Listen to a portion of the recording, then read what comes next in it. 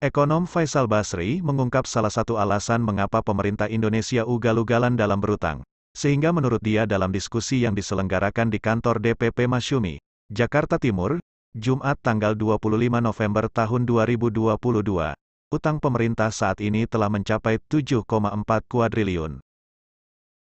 Hal itu karena pemerintah melanggar Surat Yusuf 43 dan 54. Padahal, negara-negara non-Islam justru menerapkan prinsip ekonomi Islam yang tercantum dalam surat tersebut. Utang dilakukan oleh satu negara itu karena belanjanya lebih besar dari pendapatannya kan. Sama, kita juga gitu kan. Belanja lebih besar dari pendapatan, ya utang. Sebetulnya ada lagi eh, eh, pakai tabungan, tapi Republik ini kan hidupnya ugal-ugalan, tidak punya tabungan, ya. Melanggar Surat Yusuf ayat 4354. Surat Yusuf ayat 4354 itulah prinsip ekonomi Islam itu. Kalau keadaannya sedang baik, kalau panen kamu bagus, gunakan sepenuhnya, sisanya tabung. Itu kata Nabi Yusuf. Firman sebetulnya kan. Karena hidup ini naik turun. Sehingga 7 tahun dari sekarang, kata Nabi Yusuf, waktu terjadi paceklik, kita nggak susah. Pakai tabungan. Nah, kisah Nabi Yusuf itu diikuti oleh Singapura, Norwegia, Timor Leste, yang nggak ada negara Islamnya. Kita yang negara Islamnya nggak ngikut. Jadi di Singapura, anak saya yang paling besar kerjanya di Singapura, ayah, kan kaya-kaya nggak ada orang miskin di Singapura. Itu pun dikasih BLT. Yang dikasih BLT itu keluarga dengan pendapatan di bawah 100.000 dolar Singapura. 100.000 itu besar loh. Di bawah itu otomatis dapat BLT. Berapa 2.000 dolar Singapura kalau nggak salah, saya lupa ya. Anak saya malam ini datang, nanti saya cek lagi. Di Kanada, anak saya yang kedua di Kanada baru dapat tax return gitu, jadi diakselerasi ya. Dia kan kerjanya sosial, membantuin korban AIDS dan narkoba. Kalau di sana tidak dipenjara, di sana itu direhabilitasi, dimanusiakan kembali gitu. Itu keahlian anak saya yang perempuan ini.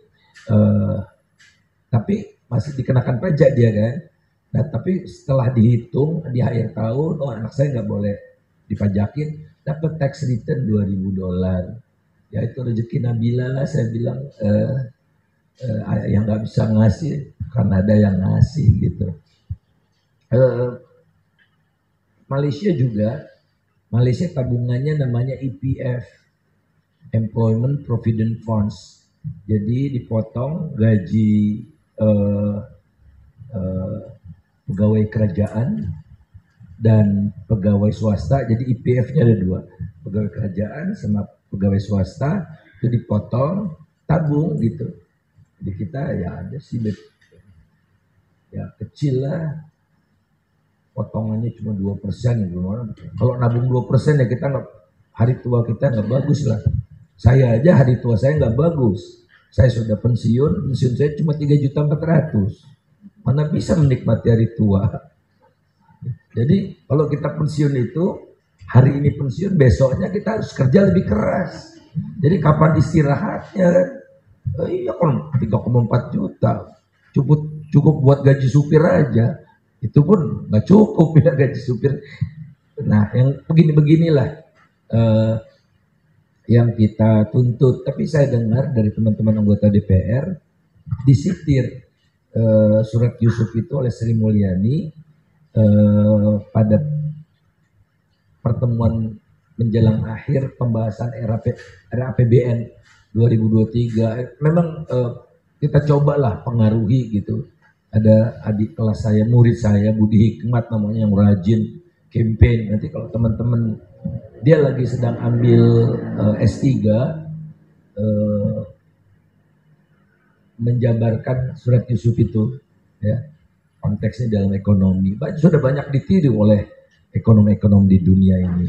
Kita aja yang dablek sampai sekarang. Jadi kalau rezeki non-blok, wajib dihabiskan tahun itu juga. Kalau lagi krisis cuma ada yang ngutang gitu.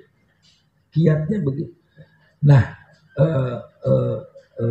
tabungan paling besar di dunia ini adalah pemerintah Norwegia, 1,4 triliun dolar. Jadi Norwegia kan kaya minyak. Jadi harga minyak tinggi dia jual. Kalau kita kan harga minyak tinggi kita hambur-hambur. Ya. Subsidi BBM. Harga minyak tinggi, yang menikmati subsidi BBM itu ya kita yang punya mobil sama motor. Orang miskin nggak punya sepeda motor. Dan ingat, BBM itu barang busuk, fosil, merusak kehidupan umat manusia. Jadi kita subsidi, kita promosi barang busuk. Nah, oleh Norwegia, BBM-nya atau minyaknya dia jual harganya sekarang 90 dolaran, yang dipakai di APBN-nya cuma 3%. Sisanya ditabung, namanya SWF, Sovereign Wealth Fund. Saudi punya, ya. Negara-negara sekuler punya. Amerika nggak punya, tapi negara bagiannya punya.